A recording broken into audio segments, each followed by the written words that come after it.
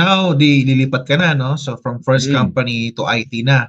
Now, the question would be, ano yung mga Pero support pa challenges lang siya, or support pa lang pero siya, oo. support, okay. Mhm. So, since Mascom ka to support, meron ba silang like pinagawa sa'yo o ni-require sa'yo na kailangan may ganito ka bago ka matanggap? Ano ba yung paano ba lumipat? Okay. Oo. There are some companies kasi, well, ano naman kasi, may ranking naman siguro, no? Kung senior ka or junior ka pa lang, mga ganun. Mhm. So, first level ranking lang naman yun eh. So, I would say the requirements aren't really that tedious or aren't really that tough pa.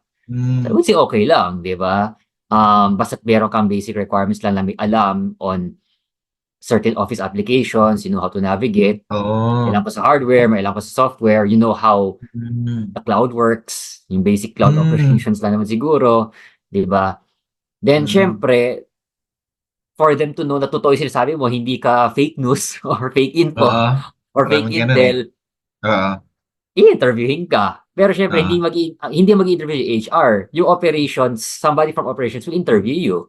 Para Hmm, alam nila totoo. Pero siyempre nung time na yun face to face pa, hindi puwedeng true. ano, off cam kasi baka mamaya ibang tao yung nag-i-interview, 'di ba? Or hindi, ibang Hmm, tao yung ini-interview pala, fake din yung oo, tao, 'di ba? Kasi that oo. happens way back. Well, nung pandemic biglaan palang gumagawa nun. So, Hmm, kaya pala ganun ka-stricto 'no. Pero so anyways, going back dun sa time na yun, ganun ginagawa. They will really filter you na kung totoo ba talaga ginagawa mo.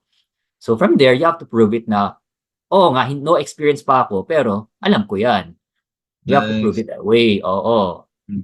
Paano 'yun So, like you're from Mascom industry, meron na kayong pinapagamit sa inyo na related sa IT, gano'n?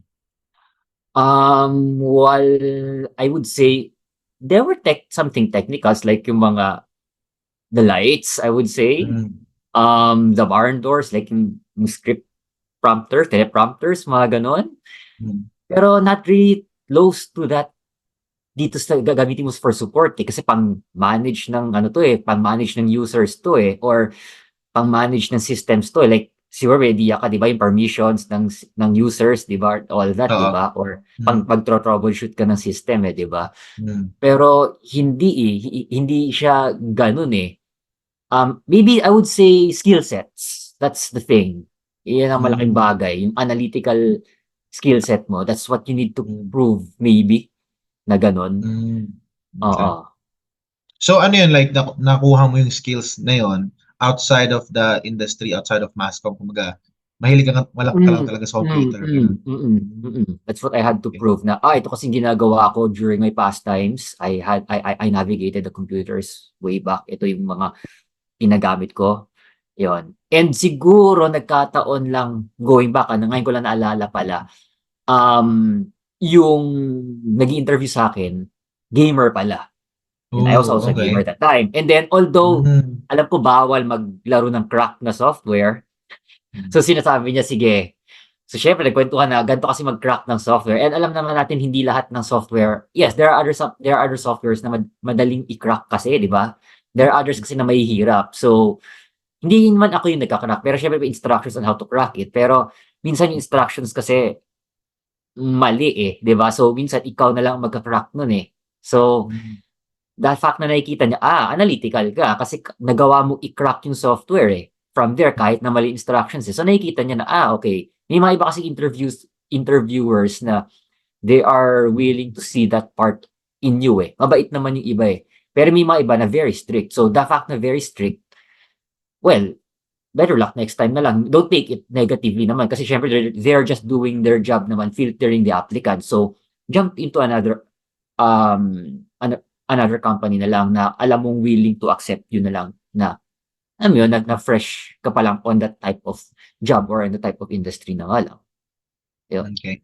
Would you say na mas mahigpit na ngayon compared to before regarding application process? Let's say I junior, would entry say level. mas mahigpit doon kumpara ngayon. For me, Oh? kasi right now if I would look at the ads, fresh grads and new starters and shifters are willing to apply. May ganun pang banner ngayon, eh. Dati wala akong Oh, nakikitang banner gano'n. I had to hmm, admit it na bago pa ako or sometimes I even had to admit it pa na bago ako dun. Alam mo yun, ngayon mas marami pa nga ang openings na gano'n, eh. Dati wala akong nakikitang openings na gano'n. I had to say it pa na bago ako. After pa, I mean, during the interview with the persons in operations. Sa Mm. HR, hindi ko nasasabi because they don't ask. Pero dun sa ops, dun ko nasasabi during the interview if advanced na yung tanong.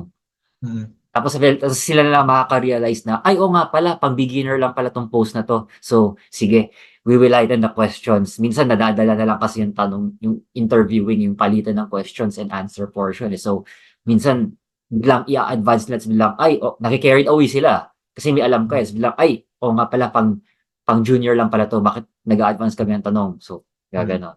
Yeah. Oo. So, thanks for sharing that, no? Na Mm. mas nagbibigyan ako ng context, and I don't know the IT industry that much in terms of like recruitment and hiring. So, para sa mga tao na gustong mag-transition to Ah, IT, I think it's at least almost ma-encourage quite the sila. same. Mm. Sorry, Almost sorry. quite the same lang na. I think it's almost quite the same, almost in a way. I don't know, I'm not sure, no? Kasi, di ba nag-change naman ang Okay. industry? I Oo. think ganun pa rin naman, dadaan pa rin naman siya sa HR. And then if Oo. people from ops, although may mga iba na 2 levels or 3 levels lang, one from a lead and one from a manager or from a director, just to filter out if talagang, ang mas rigorous magtanong is the lead talaga kasi possible na ikaw ang papasok ka dun sa team niya eh. Mm. Then the one upper is just to ensure lang talaga na fit ka talaga. So, a little bit of questions lang naman. So, possible usually pwedeng final na yun eh. Yung second or yung third eh. Final na lang yun eh. Para for job offer na lang yun. Mm. Usually ganun ang levels nun eh. So, ang mas rigorous lang talaga magtanong is yung first at saka, well, yung first talaga. Dun yung mas maraming tanong talaga if you're fit for the post talaga. Ganon. Gotcha. Talaga siya. Gotcha. I see. Okay. Para doon sa mga tao na gusto mag-transition, to IT industry, ayan, binigyan na kayo ng konting patikim ni Oliver. No? So, malaki ang atang bigayan sa IT. Ano? So, ngayon, nung